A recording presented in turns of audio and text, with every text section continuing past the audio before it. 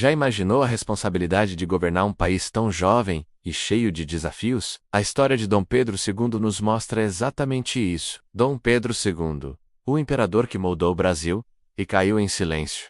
Imagine governar um país inteiro, ainda criança. Imagine crescer sob o peso de uma coroa, cercado por expectativas, crises, revoltas e decisões que mudariam o rumo de uma nação inteira. Essa é a história de Dom Pedro II, o segundo e último imperador do Brasil. Um homem que atravessou quase todo o século XIX como símbolo de estabilidade, cultura e poder, mas que terminou seus dias longe da terra que governou. Dom Pedro II nasceu em 1825, no Rio de Janeiro. Filho de Dom Pedro I e da imperatriz Leopoldina, ele se tornou herdeiro do trono, ainda muito pequeno. Quando seu pai abdicou e voltou para Portugal, o Brasil ficou sob o comando de regentes. Já que o herdeiro tinha apenas 5 anos de idade, o país vivia tempos difíceis. Rebeliões surgiam em várias regiões. Havia disputas políticas, tensões entre províncias e o medo constante de fragmentação. O Brasil ainda era jovem como nação independente e precisava de estabilidade. Em 1840, com apenas 14 anos,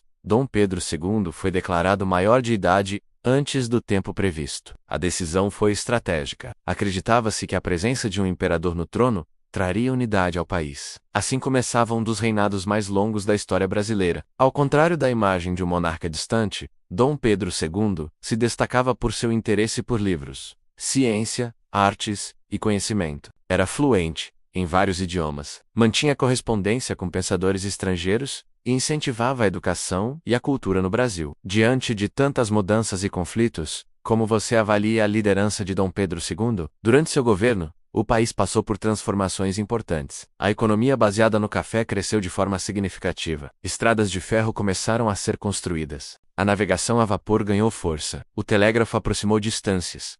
O Brasil começava a se modernizar. Mas o reinado não foi feito apenas de avanços. Houve conflitos internos e externos. O maior deles foi a Guerra do Paraguai, que durou anos e marcou profundamente o país. O conflito exigiu recursos, mobilizou milhares de homens e deixou marcas duradouras na sociedade. Dom Pedro II acompanhou de perto os acontecimentos. Visitava tropas, mantinha-se informado e participava das decisões. A guerra terminou com vitória, mas também com altos custos humanos e financeiros. Outra questão central durante seu governo foi a escravidão. O Brasil foi um dos últimos países das Américas a abolir o trabalho escravo. Ao longo do tempo, leis graduais foram sendo aprovadas, até que em 1888 foi assinada a Lei Áurea por sua filha, a princesa Isabel, enquanto ele estava fora do país. A abolição foi um marco histórico, mas também gerou insatisfação entre grandes proprietários que dependiam da mão de obra escrava. Esse descontentamento enfraqueceu o apoio ao império. Além disso, o crescimento de ideias republicanas ganhou força entre militares e parte da elite. O modelo de governo monárquico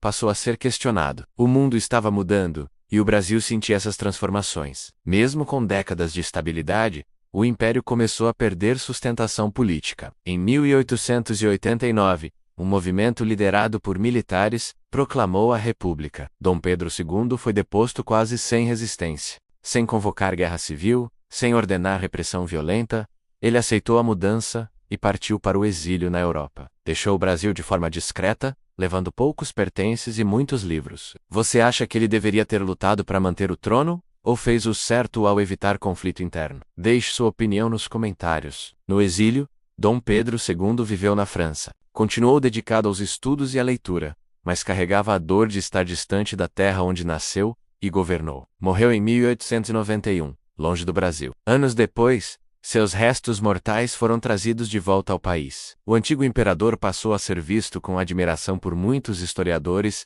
e cidadãos que reconhecem sua importância na construção da identidade nacional. O reinado de Dom Pedro II durou quase meio século. Foi um período marcado por estabilidade política comparado a muitos países vizinhos da época. Enquanto outras nações da América Latina enfrentavam sucessivas guerras internas, o Brasil manteve uma estrutura relativamente estável. Ele buscava equilíbrio entre grupos políticos, evitava extremos e prezava pela imagem de governante moderado. Não era um imperador absolutista no sentido clássico. Atuava dentro de uma estrutura que envolvia parlamento e ministros. A figura de Dom Pedro II também ficou associada ao incentivo à cultura.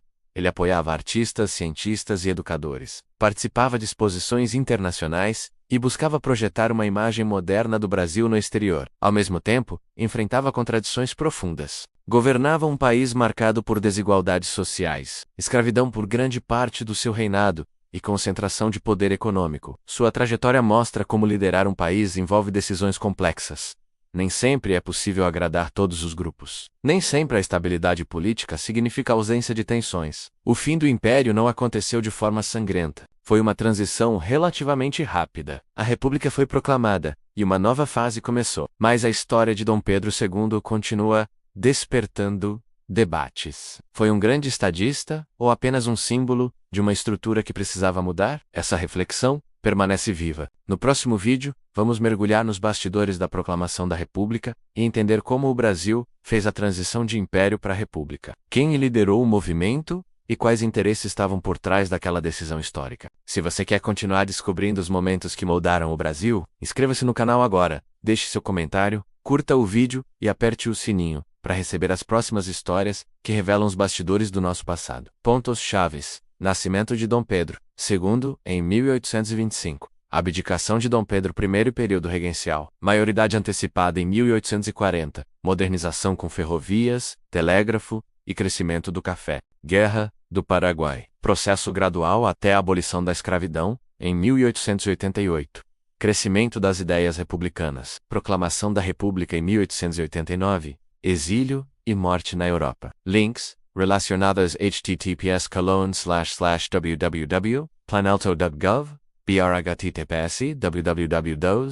Senado, legislação bio, https www. Museu Imperial, Museus, Gav, BR, https www. Brasil, Gav, BR, https www. IBG, Gav, BR.